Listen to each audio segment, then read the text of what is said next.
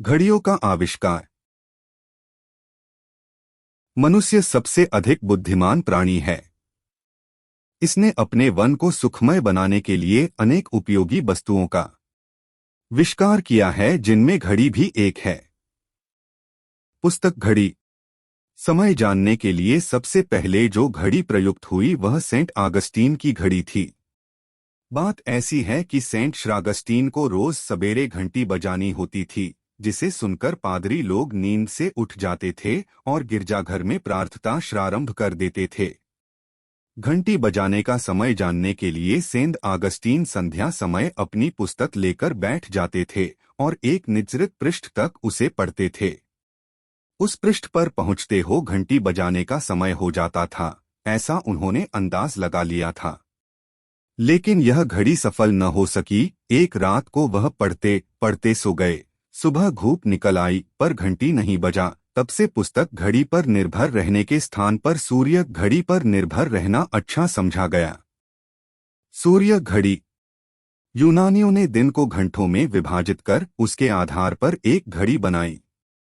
इस घड़ी में डायल तो था, पर सुइयां नहीं थीं। इसमें कुछ सुधार बेबीलोन में हुआ। वहां वालों ने इसके डायल पर घंटों के चित्र लगाने के साथ साथ इसके ऊपर लोहे की एक प्लेट लगाई। सूर्य की किरणें जब इस प्लेट पर पड़ती थीं, तो प्लेट की परछाई डायल पर बने घंटों के निशानों पर पड़ती थी। इस प्रकार समय का अनुमान लगाया जाता था। जयपुर और दिल्ली के जंतर मंतर में तथा अन्य कई स्थानों पर आज भी सूर्य घड़ियां बनी हुई हैं। हमारे गांवों में धूप से समय का अनुमान अब भी लगाया जाता है। चंद्र घड़ी।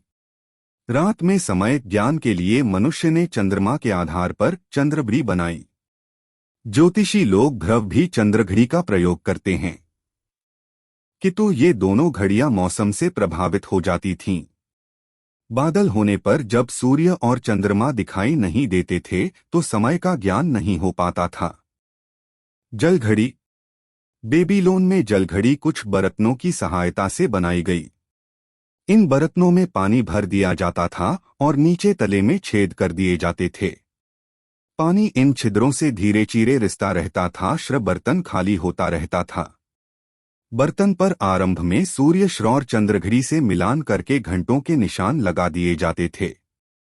यह घड़ी अधिक उपयोगी सिद्ध हुई, क्योंकि इसका प्रयोग हर स्थान पर आसानी से किया जा सकता था और इस पर मौसम का कोई असर नहीं होता था।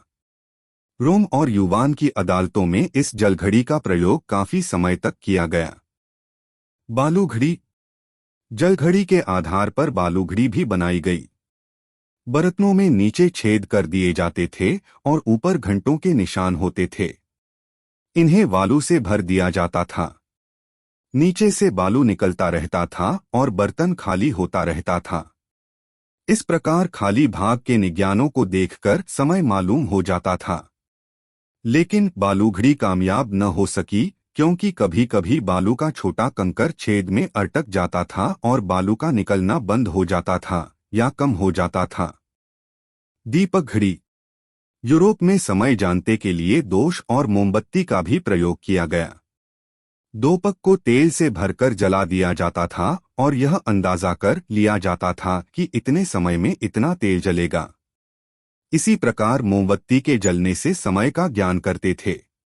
प्राचीन काल में इस प्रकार की घड़ियों से समय मालूम किया जाता था, लेकिन ये घड़ियां न तो ठीक समय दे पाती थीं और न इन्हें अपने साथ एक स्थान से दूसरे स्थान पर ले जाया जा सकता था। ऐसी घड़ियां बनाने के लिए निरंतर प्रयास किए जाते रहे। आधुनिक घड़ी। रोम के कैसिवायस ने एक ऐसी घड़ी बनाई जो पूरे वर्ष बिता चाबी के समय बताती थी। इस घड़ी का आकार बहुत बड़ा था। वह स्वचालित नहीं थी। इसको चलाने में पाती का प्रयोग किया जाता था। इसके काफी समय बाद फ्रांस के दो घड़ीसाजों हेनरी द्विक जीनजुवैंस पड़ियों के आविष्कार में काफी योग दिया। प्रारंभ में जो घड़ी बनाई गई उसमें केवल एक ही सुई होती थी, जो केवल घंटे बताती थी, मिनट और सेकंड नहीं। इसके डायल पर आजकल की घड़ियों की तरह 12 निशान न होकर 24 निशान होते थे। यह घड़ी वजन में काफी भारी होती थी। ज्यों-ज्यों समय बीतता गया घड़ियों में सुधार होते गए। 9वीं शताब्दी में तो बहुत सुंदर सुंदर घड़ियां बनने लगी, लेकिन इनकी कीमत इतनी अधिक होती थी कि हर आदमी इन्हें खरीद नहीं सकता था। उस समय घड़ी विलासिता को वस्तु समझी जाती थी। तब जेक घड़ियों का अधिक प्रचार था। इस स्थिति तक पहुंचकर भी घड़ियों में सुधार का काम जारी रहा। 20वीं सदी में, जो विज्ञान का युग है, घड़ियों के कई नए रूप हमारे सामने आए। आज घड़ियां घंटे, मिनट, सेकंड बताने के साथ साथ तारीख भी बताती हैं।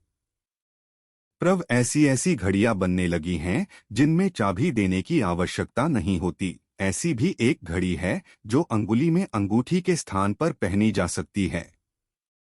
घड़ियां अब विलासिता या आराम की वस्तु न रहकर आवश्यकता की वस्तु बन गई हैं। अब बहुत से देशों में घड़ियां बनाई जाती हैं। स्विट्जरलैंड, जापान और जर्मनी इस क्षेत्र में सबसे आगे हैं। अरब भारत में भी घड़ी बनाने के कारखाने खुल गए हैं।